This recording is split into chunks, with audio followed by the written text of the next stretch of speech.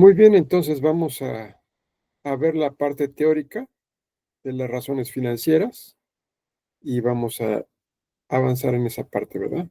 Para que podamos nosotros tener con claridad lo que estamos, el ejercicio que vimos la pasada clase. Entonces voy a compartir mi pantalla para que podamos empezar. Muy bien. Entonces, es un análisis financiero basado en ratios, lo que conocemos mejor como razones financieras, ¿verdad? Entonces, es importante que lo tengamos en cuenta y vamos a avanzar en ese sentido. Bien, ¿cuál es el objetivo de esta sesión? Es analizar las técnicas de análisis fundamental desde el uso de razones financieras para identificar la salud financiera de diversas compañías que cotizan en bolsa. Es decir, aquí le vamos a dar generalmente razones financieras, pues como es natural lo vemos para las finanzas corporativas. Aquí le vamos a dar un pequeño enfoque también hacia las finanzas bursátiles, aunque no por eso vamos a dejar de ver el análisis financiero corporativo, ¿no? Que también es muy interesante, inclusive con algunos ejemplos que puedo comentarles sobre pymes, ¿verdad? Que también es importante. Entonces, bueno, el análisis económico financiero ya se realizó previamente. Vamos a ver análisis de razones financieras y el ejercicio que aquí indicaría próxima sesión, de hecho lo realizamos en la sesión pasada, ¿verdad? Realizamos un ejercicio de razones financieras, donde primero hicimos los cálculos numéricos de cada razón financiera. De las enlistadas vimos razón, prueba de circulante, prueba del ácido, eh, razón de deuda, razón de cobertura de intereses, después rentabilidad sobre ventas, el ROE, ¿no? El retorno sobre la inversión, el retorno sobre los activos, y vimos también las razones de productividad, desde rotación de cuentas por cobrar, rotación de inventarios, rotación de cuentas por pagar, el ciclo financiero completo, y finalizamos con la razón de productividad total, donde vemos ventas netas entre activo total, ¿no? Entonces, una vez que hicimos los cálculos, ya de ahí podemos hacer la lectura de cada razón financiera, ¿no? Como poníamos el ejemplo, vamos a decir, de liquidez, ¿no? Por cada peso que la empresa debe a corto plazo, cuenta con 3 pesos y 30 centavos para pagar, por ejemplo, ¿no? Entonces, ese tipo de lecturas que es importante antes de pasarle a la interpretación, ¿no? Y la interpretación lo hacemos básicamente con el parámetro del sector, del promedio del sector, cómo se encuentra el sector. Ahora, hay que también ser muy claros, ¿no? Tanto a nivel de finanzas corporativas, sobre todo a nivel de pymes, tanto a nivel de empresas bursátiles, sobre todo en el caso de México, no es tan fácil encontrar los promedios del sector. En el caso de México, no es tan sencillo encontrar los promedios del sector.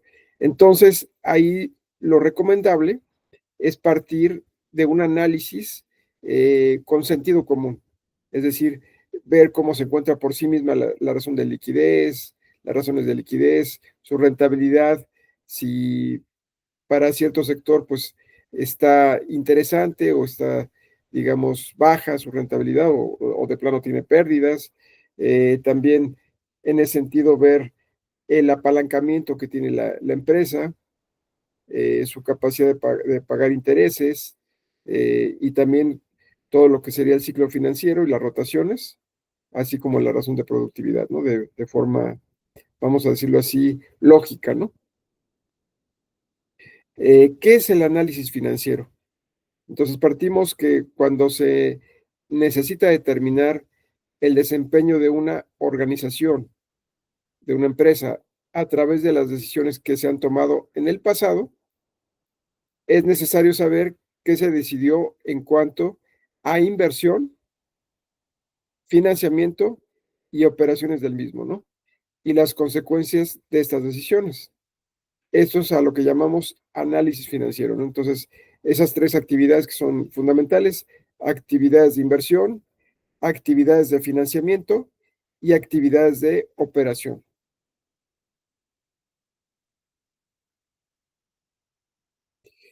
¿Cuál es el propósito de este análisis? Pues bueno, antes que nada, si lo vemos desde el punto de vista corporativo, es importante que esté acorde a la misión del negocio, ¿no? La razón de ser, de existir de una empresa. También coherente con la visión de la empresa, pues es como visualizamos la empresa a largo plazo, es como se visualiza la empresa a largo plazo. Y la visión es una especie de macro objetivo, de objetivo macro, ¿no? Y bueno, ¿cuál es el objetivo fundamental de cualquier organización con fines de lucro? Pues es ganar dinero, desde luego, ¿no? Entonces, esto es un poquito lo que tenemos que tener claro para poder hacer nuestro análisis financiero previamente, ¿no? Tener estos principios claros, ¿no? Previamente hacer este análisis. ¿Quiénes usan este análisis?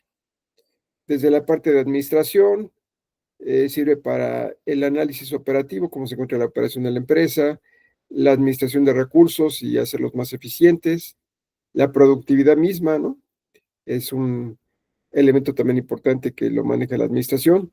Después, desde el punto de vista de los dueños o accionistas, ¿para qué sirve este análisis financiero? Pues antes que nada para ubicar el retorno de la inversión, ¿no? Qué tan rentable, qué tan redituable es invertir en esta empresa.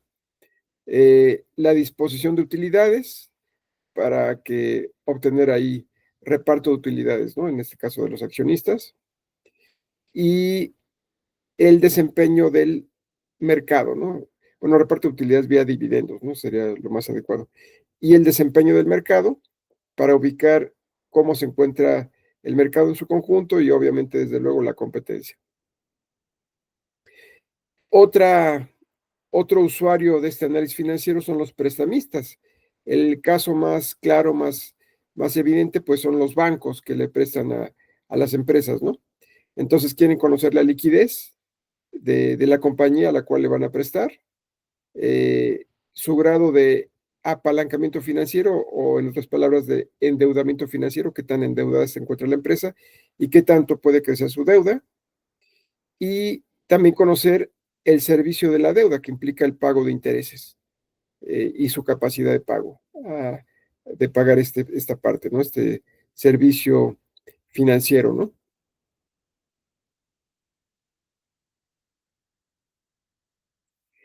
¿Cómo usar el análisis financiero? ¿Cómo usa el análisis financiero la administración? Eh, la administración del negocio tiene un objetivo dual para este tipo de análisis financiero. Por una parte, es comprobar la productividad y eficiencia de las operaciones. Y por otra parte, tenemos que juzgar qué tan efectivamente están siendo usados los activos de la empresa. Esa es una parte también importante, ¿no? Es que nos indica un grado de productividad en cuanto a un uso eficiente de los activos de la empresa, ¿no? Le hace desde inventarios, el mismo efectivo, le hace también el activo fijo, ¿no? Equipo, maquinarias, equipo de transporte, etcétera, ¿no? Qué tan eficientemente se está usando y, y en ese sentido, qué tan productiva puede ser la empresa o lo está haciendo.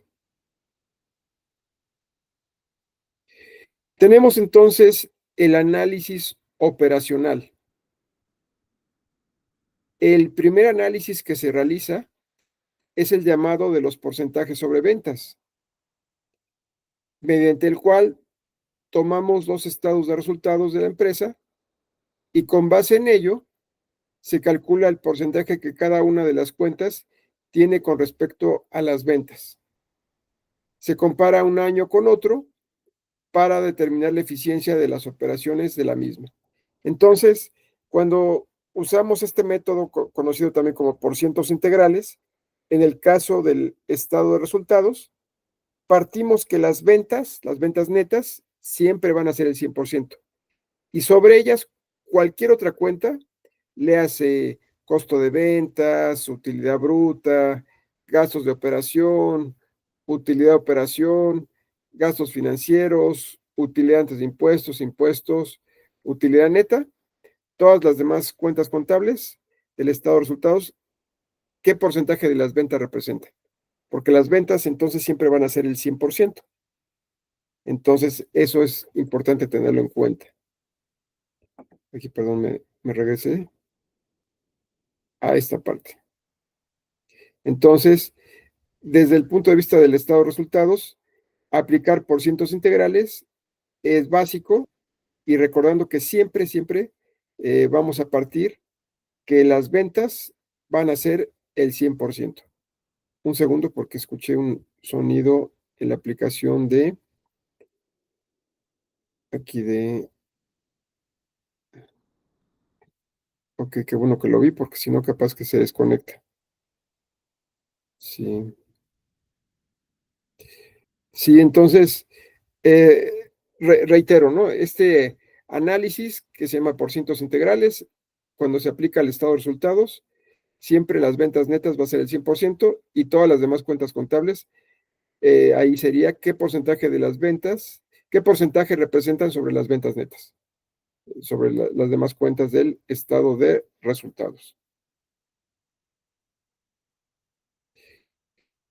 Aquí, bueno, estamos de alguna forma haciendo un comparativo entre liquidez y solvencia, ¿no? Es importante analizar esta gráfica, ¿no? Este cuadro, poseer liquidez significa tener suficiente efectivo. Y bueno, acordándonos que básicamente liquidez pues está referido a lo que sería el total del activo circulante, ¿no? Y poseer solvencia significa tener suficientes activos. Entonces aquí ya viene el activo total para atender los pagos a corto plazo, que es precisamente liquidez, es pagar los pasivos a corto plazo, con la suficiente seguridad. Y en el caso de la solvencia, para atender los pagos a largo plazo, con la suficiente garantía. Entonces aquí estamos haciendo el comparativo entre liquidez y solvencia, ¿no? Ambos son importantes y siempre es bueno. Y como decía la clase pasada, ¿no? En el caso de México, lo vemos desde MIPYMES hasta empresas grandes, pero bueno, MIPYMES es el gran universo de empresas que existen en México, 99% de las empresas en México son MIPYMES. Entonces, la mayor causa de quiebra de cualquier tamaño de empresa en México la principal causa de quiebra es por falta de liquidez. Entonces, por eso es también tan importante hacer este énfasis, ¿no? Que bueno, esto es más desde luego para las finanzas corporativas, ¿no? Como comentábamos la sesión pasada. Vamos a ver algunas razones sencillas, vamos a ver, no vamos a entrar a detalle a ver todas, pero vamos a ver algunas. Margen de utilidad, un decrecimiento en este margen significa que se está haciendo menos exitoso que en el pasado y que la competencia puede estar afectando de manera sustancial, de manera importante, al negocio. Por otro lado, un incremento en el margen de utilidad significa que las decisiones tomadas en este año han aumentado significativamente la rentabilidad del negocio. Entonces, bueno, esto obviamente con los porcientos integrales y sobre todo cuando vemos, por ejemplo, utilidad de operación entre ventas netas o utilidad neta entre ventas netas, ahí podemos ver márgenes de utilidad y si sobre todo hacemos un comparativo con el año anterior, podemos ver si incrementó, decrementó o se mantuvo en un margen similar.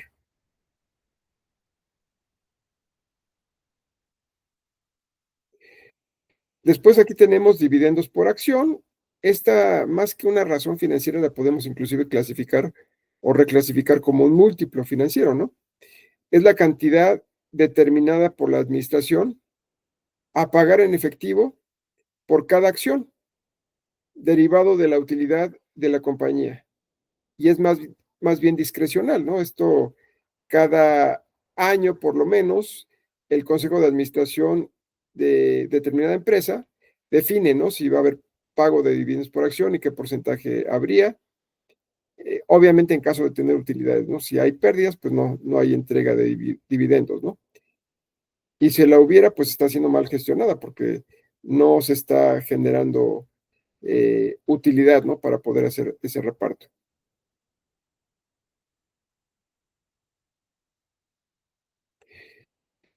Hablando de los propietarios de la empresa, ¿no? ¿Qué es lo que les interesa a los propietarios, dueños, accionistas?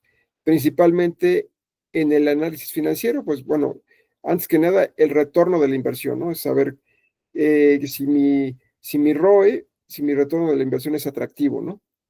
Es atractivo, obviamente, si tomamos como referencia siempre la inversión libre de riesgo, el instrumento de inversión libre de riesgo, como son los CETES a 28 días, su tasa es anual, que ahorita está en 7.20, pues siempre vamos a proponer que si es una inversión con más riesgo, pues tendremos que tener un rendimiento por arriba de ese rendimiento que nos da los CETES, por ejemplo, ¿no?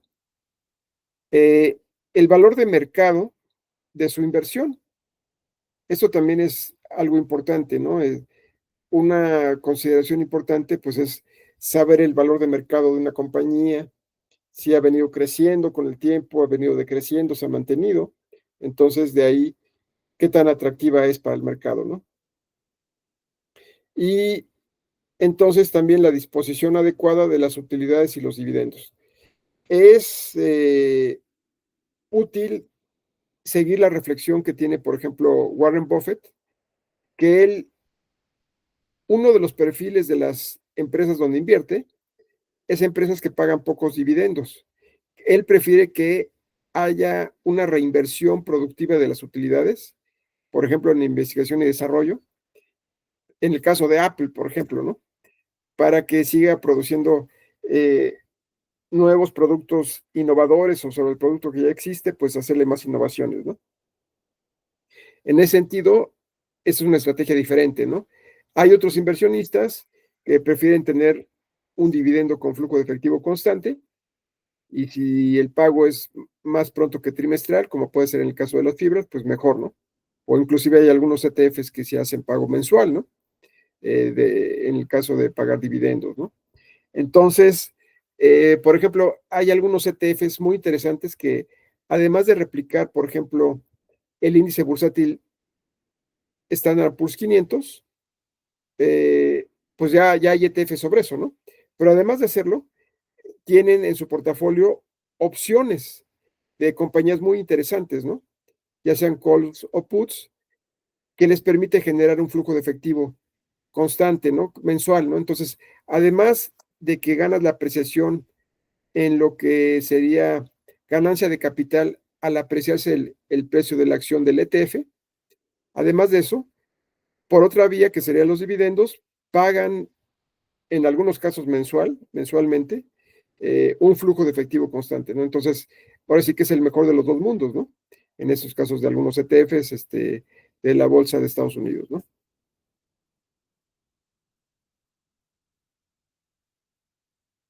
Productividad. La productividad de una empresa es que también emplea los activos de la compañía para generar ventas en la misma, ¿no? Como veíamos precisamente en la de razón de productividad total, vemos si las rotaciones de las ventas sobre los activos son altas, esto nos diría que hay una buena productividad, ¿no? Por lo menos mayor que el valor de los activos, ¿no? En cuanto a las ventas, por ejemplo, ¿no?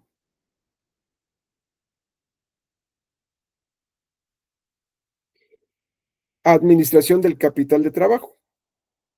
El capital de trabajo se divide en tres grandes rubros, que son los necesarios para un ciclo financiero y operativo de la empresa, ¿no? De la empresa. El ciclo va de caja, fíjense aquí lo ponemos de caja, a cuentas por cobrar, a cuentas por cobrar, ¿no? Que sería la clientes, ¿no? Y a su vez, pues partimos de los inventarios que tenga la empresa para darle ese producto a los clientes, ¿no? Y bueno, obviamente, Eh, de ahí, pues ya le podemos pagar a proveedores, ya que cobramos a los clientes, ya podemos pagarle a los proveedores, ¿no? Entonces, es un círculo interesante de cómo se mueve el efectivo a partir de obtener dinero de los clientes, financiarnos de proveedores, tener los inventarios en caso de una industria, pues tiene que pasar de materia prima a producto en proceso, finalmente producto terminado, y ya una vez terminado, que tiene inventarios de producto terminado, lo puede vender a los clientes, ¿no? Entonces, es este círculo de ciclo financiero. También tenemos los prestamistas. Los prestamistas o terceros que dan dinero a la empresa tienen su mirada en dos aspectos principalmente, ¿no? La posibilidad de una quiebra, que bueno, estos lo tratan de evitar y tratan de prestar a empresas que se encuentren financieramente sólidas, de preferencia, y también la certeza del retorno de su inversión, y esto también tiene que ver con lo primero, ¿no? Una empresa sólida financieramente hablando, pues seguramente pueden retornar su inversión, más los intereses que están cobrando a la empresa a la cual están prestando. Es por eso que ellos ven en tres grandes aspectos a la empresa: la liquidez, su capacidad de pagar deudas a corto plazo; el apalancamiento financiero, que tan endeudada se encuentra la empresa; y el servicio de la deuda, ¿no? Que tiene que ver con el pago de los intereses, con el servicio del costo del dinero, ¿no? Entonces, esos tres aspectos revisan los prestamistas.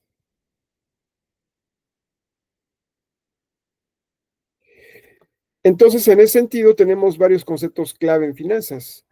Los flujos de caja o de efectivo, pues son fundamentales, y si se generan constantemente, pues es mejor para la empresa, ¿no?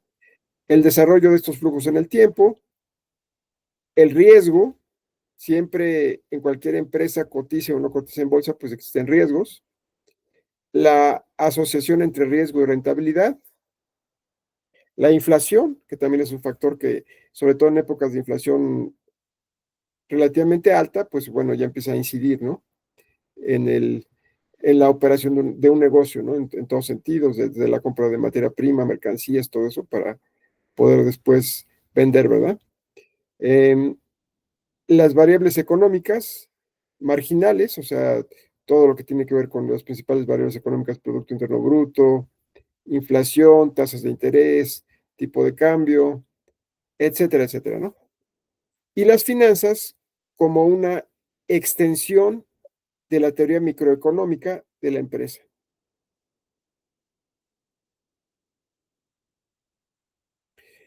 Entonces partimos de las decisiones financieras, que como decíamos que hay tres principales, ¿no? Que son las de inversión, actividades de inversión, actividades de financiamiento y actividades de operación. Y le podríamos sumar una cuarta: es el pago de dividendos o la reinversión de utilidades o la combinación de ambos, ¿no? En varias empresas exitosas, por ejemplo, si hay un pago de dividendos, a veces, por poner un porcentaje sencillo, un 50% de las utilidades se van a dividendos y un 50% se reinvierte, ¿no? O según como decida la alta administración, la alta dirección de la compañía.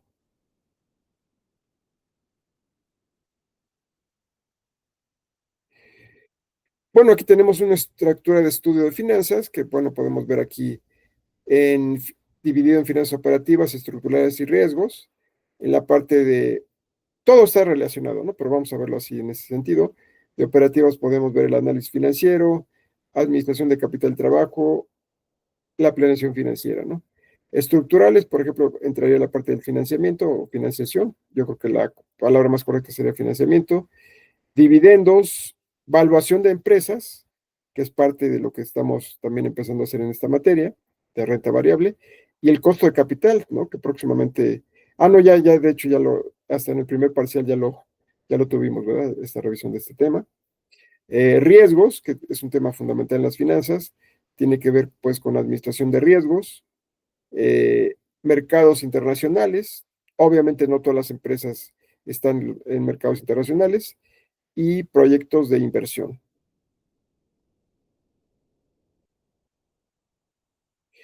Y bueno, analizando una empresa por razones financieras, pues nos permite tener un diagnóstico de la empresa más exacto, inclusive en áreas no necesariamente financieras, ¿no? Puede ser desde mercadotecnia, recursos humanos, que nos dé bastante información sobre la empresa, ¿no?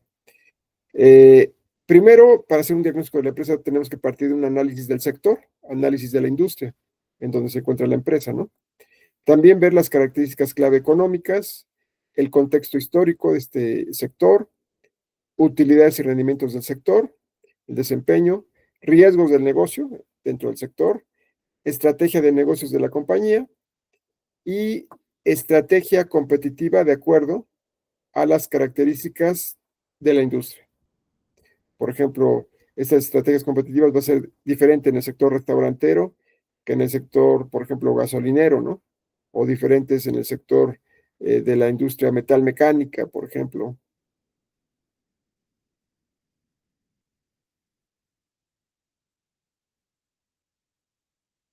Y entonces, en este análisis de la industria, también hay que ver las barreras legales, donde entran temas como la propiedad intelectual, licencias, marcas, regulación especial, ¿no? Del sector, por ejemplo. También hay que analizar el poder de compra de proveedores o clientes, tanto de proveedores o clientes que son íntimamente relacionados a nuestra empresa o la empresa que estemos analizando. Sensibilidad del precio, también identificar las compañías más grandes y que las han convertido como líderes, cuáles son sus ventajas competitivas, mercado que tienen en su poder estas compañías grandes, potencial futuro del sector de la industria y efectos del ciclo de negocios. Entonces, todo esto es conveniente analizarlo dentro del sector para posteriormente analizar con detalle la empresa, ¿no? Que estemos analizando, empezar con razones financieras, de liquidez, eh, endeudamiento, rentabilidad, productividad, realizar también análisis como el punto de equilibrio, identificarlo claramente, analizar con detalle el manejo de presupuestos en la empresa y qué tanto han acercado sus objetivos cuantificables, y después analizar un poco la parte ya de la administración misma, ¿no? Su filosofía organizacional, misión, visión, valores, su planeación estratégica, entrar un poco a la parte de recursos humanos, conocer cómo se encuentra la estructura organizacional reflejada en un organigrama, eh, conocer también la parte de sueldos y prestaciones que hay dentro de la empresa, si existen planes de capacitación claro, eh, el, el plan de vida y carrera que existe dentro de la empresa, por ejemplo, en la parte de recursos humanos, luego en la parte de mercado, analizar toda la segmentación de mercado, estrategias de venta, de comercialización del producto, eh, también analizar competencia dentro del estudio de mercado, estudiar el mercado de la empresa. Todo esto es sumamente importante, ¿no? Y identificar claramente la demanda que hay hacia nuestro producto o productos, ¿no? Y también la parte operacional, la parte operativa, que es, si en caso de una industria, ¿no? Es, por ejemplo, identificar un layout, que es cómo se encuentra ubicada física y estructuralmente toda la empresa, ¿no? Si tiene una línea lógica, ver el diagrama del flujo de producción o de operación en caso de que no sea una industria, identificar el principal equipo y maquinaria que se utiliza en la empresa y también empezar desde ahí a identificar costos, tanto fijos como variables, ¿no? Entonces, bueno, todo eso nos permite tener un análisis, realmente un diagnóstico de la empresa, de la compañía. Y bueno, aquí están las referencias de esta presentación y aquí tendríamos la presentación lista para dejar de presentar. Y muy bien, muchachos, entonces nos vemos en la siguiente clase. Que tengan bonita noche.